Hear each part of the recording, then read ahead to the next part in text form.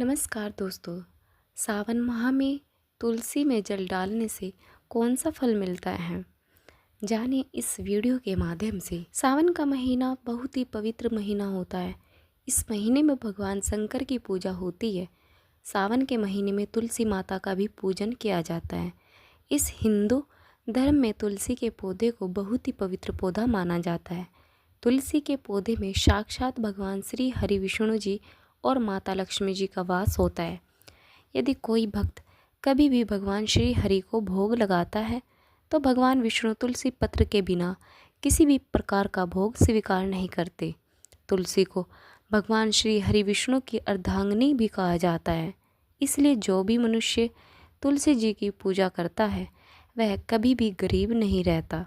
जो भी मनुष्य रोज़ तुलसी माता को जल देता है उसकी कभी दुर्गति नहीं होती। ऐसा मनुष्य घोर पाप करने के बाद भी नरक में नहीं जाता। आज मैं आप सभी को एक कहानी बताती हूँ कि सावन माह में तुलसी को जल देने से कौन सा फल मिलता है। अगर आप भगवान शिव के सच्चे भक्त हैं तो उनकी कृपा प्राप्त करने के लिए कमेंट में ओम नमः शिवाय या हर हर महादेव अवश्य लिखें। चलिए कथा का सुनाना शुरू करते हैं। एक समय की बात है, भगवान भोलेनाथ जी के पास माता पार्वती जी आती है और देवों के देव महादेव जी से कहती है कि हे स्वामी, आप तो तीनों लोक के स्वामी हैं। आपने समुद्र मंथन के समय समस्त संसार के मनुष्यों का विष से बचाने के लिए आपने उस विष को पिया था। आप देवों के देव हैं, परंतु आप फिर भी इस तुलसी के पौधे की पूजा क्यों करते हैं? इसे नित्य जल क्यों चढ़ाते हैं? मैं इस पौधे को जल चढ़ाने का महत्व जानना चाहती हूँ। माता पार्वती की बात सुनने के बाद भगवान भोलेनाथ बोले कि देवी पार्वती तुलसी साक्षात लक्ष्मी जी का ही रूप है और माता लक्ष्मी धन की देवी है और माता लक्ष्मी की नित्य पूजा करने के करोड़ों फायदे हैं जो मनुष्य को पता नहीं होते। और तो और तुलसी के पौधे पर नित्य नियम से जल चढ़ाना मात्र से मनुष्य के करोड़ों पाप नष्ट हो जाते हैं। हे देवी पार्वती, तुलसी का महत्व तो बहुत है, परंतु उसका खास महत्व सावन महीने में होता है। हे देवी पार्वती, चलो मैं तुम्हें तुलसी को जल देने का महत्व बताता हूँ। कथा के माध्यम से तुम्हें तुम्हारे सारे प्रश्नों के उत्तर मिल जाएंगे, इसलिए तुम इस कथा को ध्यान से सुनना। इस कथा को सुनने मात्र से ही समस्त पापों का नाश हो जाएगा। पार्वती कहती है, हे प्रभु, मैं इस कथा को अवश्य सुनना चाहती हूँ। कृपया आप मुझे वह कथा सुनाइए, मैं इसे पूरे ध्यान से सुनूंगी। तब भगवान भोलेनाथ माता पार्वती को तुलसी जल देने के महत्व की कथा सुनाते हैं। शिव जी कहते हैं, हे देवी पार्वती, तुलसी को जल देने के पीछे एक प्राचीन इतिहास छुपा हुआ है जो बहुत ही उत्तम और पुण्य फल प्रदान करने वाला है। हे देवी पार्वती, पूर्व काल की बात है।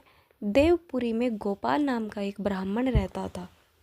वह जन्म से तो ब्राह्मण था, किंतु वह क्रम से भ्रष्ट कपटी बुद्धि वाला व्यक्ति था। वह कंबल तथा चमड़ा आदि बेचकर धन कमाता था। साथ ही वह प्रत्येक व्यक्ति से बहुत झूठ बोलता था।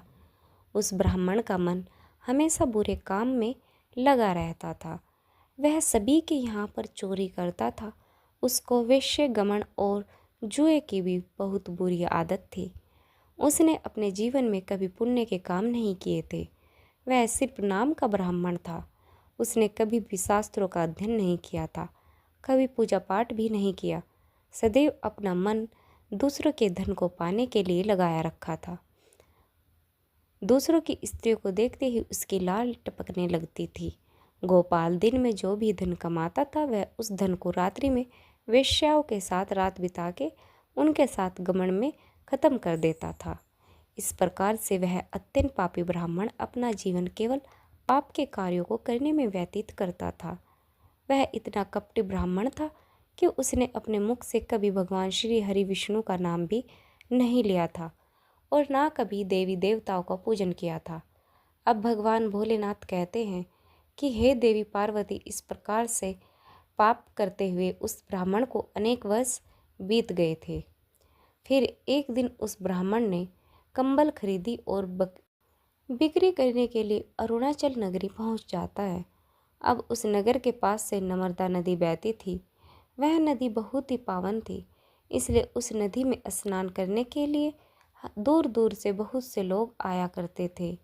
जब वह गोपाल ब्राह्मण वहाँ पहुँचा तो उसने देखा कि आज भी वहाँ पर कई सारे ब्राह्मण आए हुए हैं, पर वह ब्राह्मण इस नदी के किनारे एक आश्रम में ठहरता है।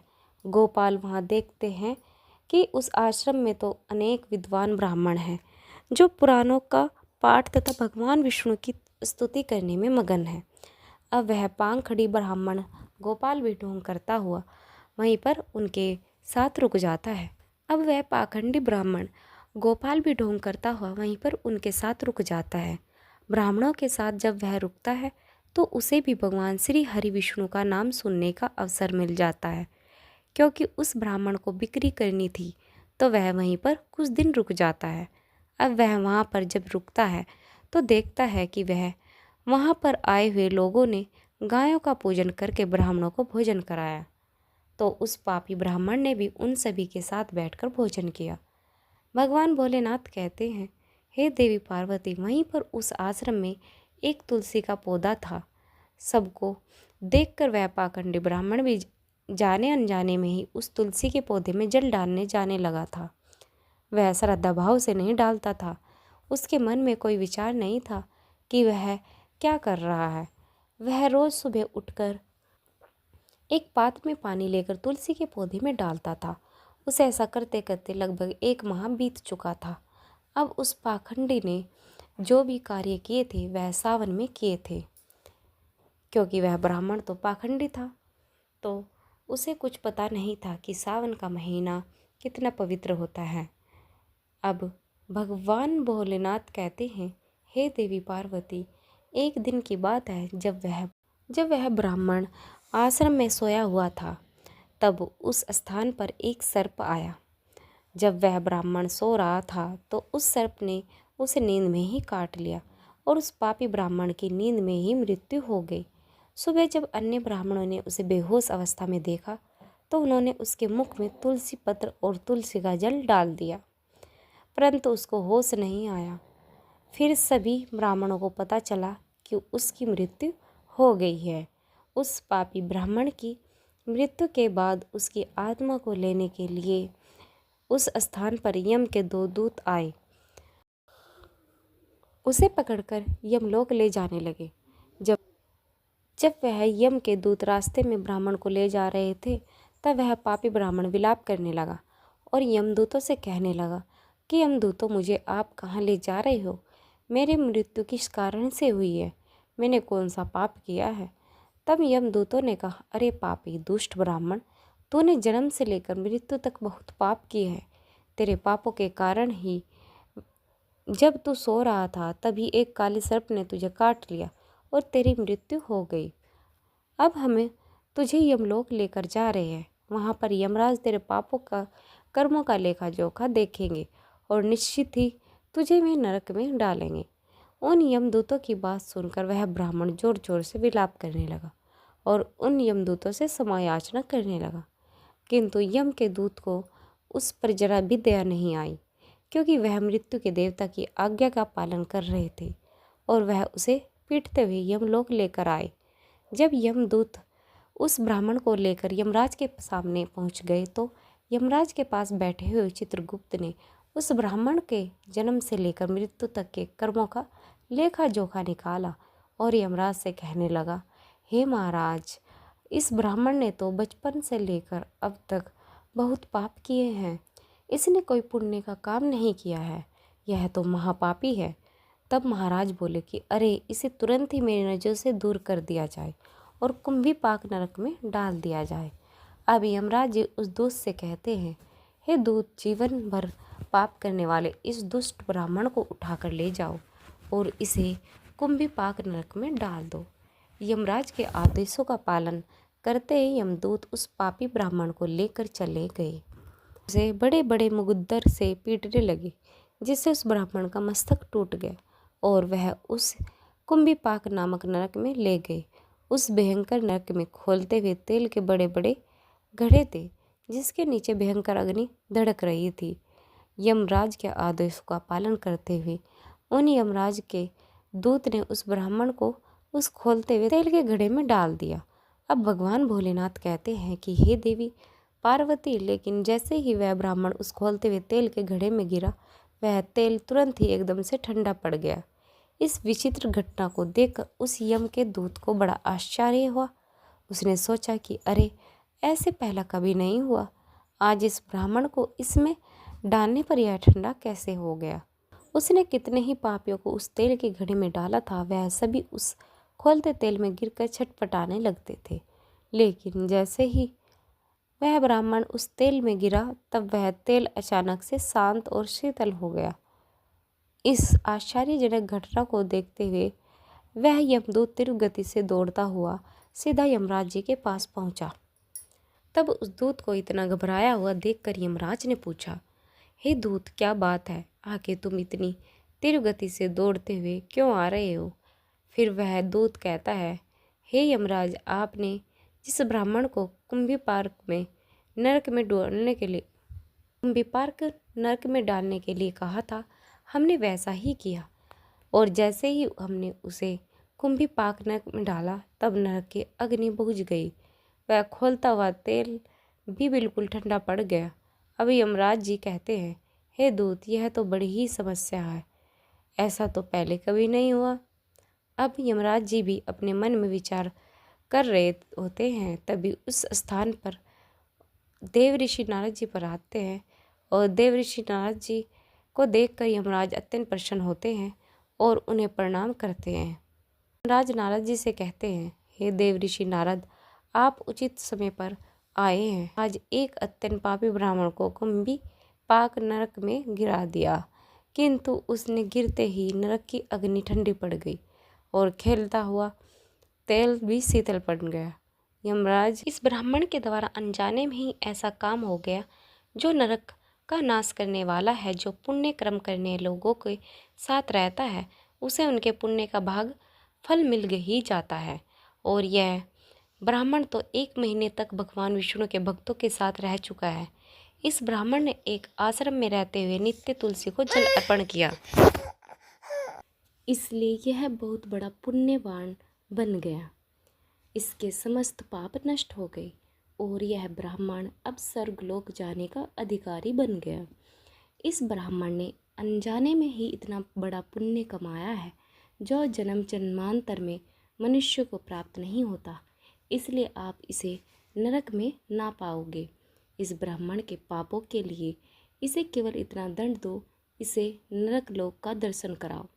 अब भगवान भोलेनाथ कहते हैं कि हे देवी पार्वती, देव ऋषि नारद की बात सुनकर यमराज अत्यंत प्रसन्न होते हैं और उस ब्राह्मण को कुंभीपाक नरक से निकाल कर लाते हैं और अपने दूतों से कहते हैं कि इसे ब्राह्मण महात्मा को ले जाओ और संपूर्ण नरकों का दर्शन कराओ। अब यमराज की बात को सुनकर यम के दूत उस ब्राह्मण को ले जाते हैं और संपूर्ण नरकों का दर्शन कराते हैं। इस प्रकार से यम के दूत उस ब्राह्मण को संपूर्ण नरकों का दर्शन कराते हैं और फिर उसे यमलोक में ले जाते हैं और फिर वह ब्राह्मण एक यक्ष बन जाता है। अब भगवान भोलेनाथ कहते हैं, हे देवी पार्वती, जैसे मुझे कैलाश पर्वत प्रिय है, वैसे ही जो मनुष्य नित्य तुलसी की पूजा करते हैं, तुलसी को जल देता है, वह मुझे सबसे अधिक प्रिय है। उस मनुष्य की कभी दुर्गति नहीं होती, वह कभी नरक में नहीं जाता। जिन घरों में तुलसी का पौधा सदैव ही हरा भरा रहता है, उस घर में सुख शांति और समृद्धि बनी रहती है। हे देवी, साथ ही भगवान विष्णु की पूजा में और उन्हें चढ़ाए जाने वाले भोग में तुलसी के पत्र अवश्य होने चाहिए, क्योंकि तुलसी के पत्र के बिना भगवान विष्णु किसी भी प्रकार का भोग स्वीकार नहीं करते हैं। इसलिए प्रत्येक घर में तुलसी का पौधा अवश्य होना चाहिए। ये तुलसी है तो सुख शांति और समृद्धि के लिए तुलसी को चुनरी अवश्य चढ़ाए। हमेशा ध्यान रहे कि तुलसी का पौधा चुनरी के बिना अधूरा होता है। तुलसी केवल एक पौधा नहीं है, बल्कि वह देवी है। वह त्रिलोक के स्वामी भगवान विष्णु की पत्नी है। इसलिए तुलसी को चुनरी अवश्य ही चढ़ानी चाहिए। इससे पति पत्नी में प्रेम और विश्वास बढ़ता है और घर में रहने वाली महिलाएं सदा सुहागन और सौभाग्यशाली रहती है। अभी अवश्य कराना चाहिए। इससे मनुष्य के सभी दुखों का अंत होता है और सांसारिक जीवन सुख में बीतता है। तुलसी के पौधों के पास अपने मुख से कभी भी कोई अवश्य अपशब्द नहीं बोलने चाहिए। तुलसी के पास भूल से भी जूते चप्पल अथवा झाड़ू पोछा नहीं रखना चाहिए। ऐसे किए जाने वाले कार्यों को शास्त्रों में पाप माना जाता है। जहाँ पर तुलसी का पौधा है उस स्थान के आसपास भूल कर भी थूकना नहीं चाहिए। तुलसी के पास जल से भरा हुआ पात्र भी नहीं रखना चाहिए।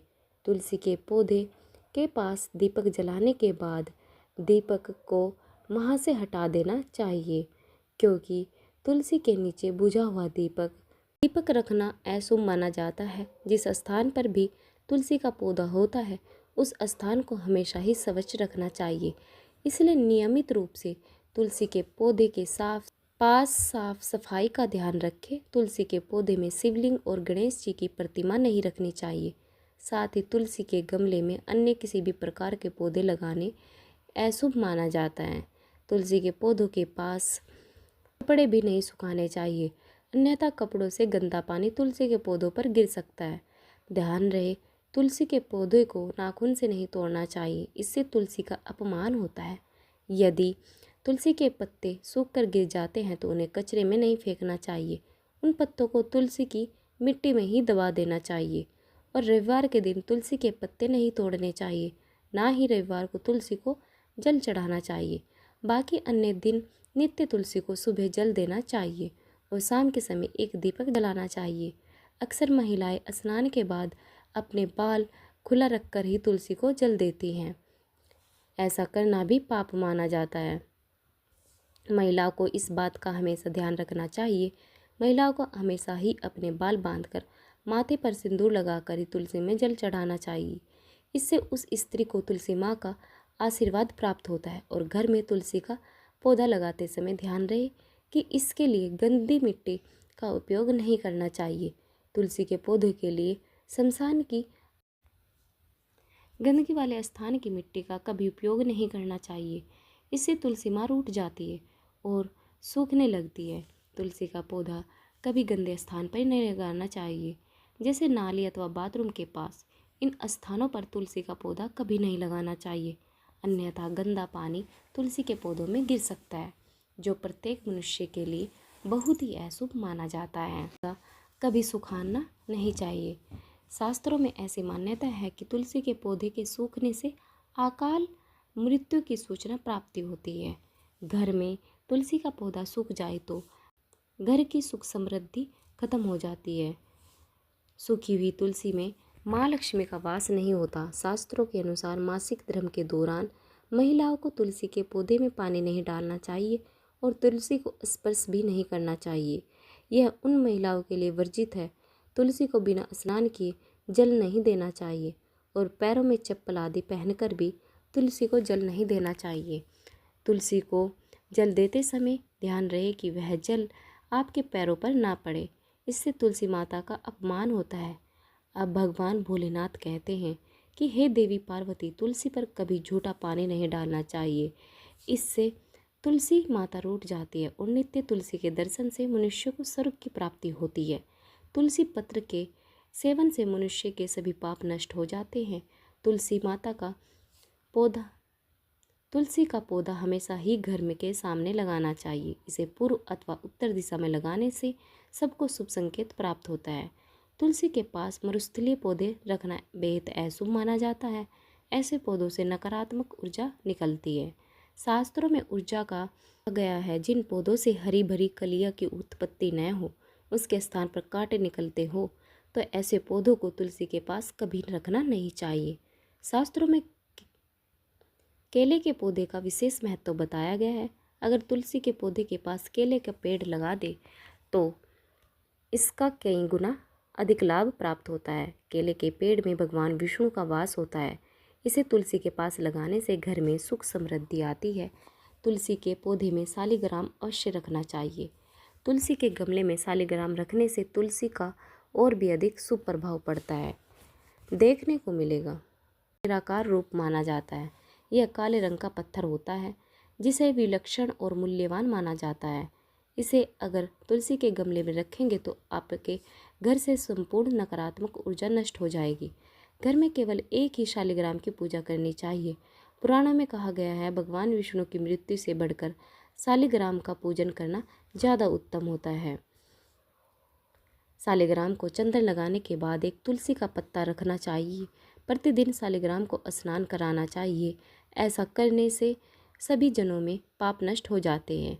शालिग्राम भगवान सकारात्मक और सात्विकता का प्रतीक होता है। भगवान भोलेनाथ कहते हैं कि हे देवी पार्वती, जो भी मनुष्य मेरे द्वारा बताई गई हुई इन बातों पर अमल करते हैं वह निश्चय ही बहुत ही जल्द सुखी और करोड़पति बन जाता है। तब माता पार्वती कहती है, हे भोलेनाथ, आपको इस कथा का सुनाने के लिए बहुत बहुत धन्यवाद। इस प्रकार से भगवान भोलेनाथ ने देवी पार्वती को सावन माह में तुलसी के पौधे को जल देने का महत्व बताया और घर में तुलसी का पौधा लगाने के नियम बताए। जो भी मनुष्य भगवान भोलेनाथ के द्वारा बताई गई इन बातों को ध्यान में रखकर चलता है तो अवश्य ही उसे पुण्य फल की प्राप्ति होती है और काल भी उसका कुछ नहीं बिगाड़ सकता।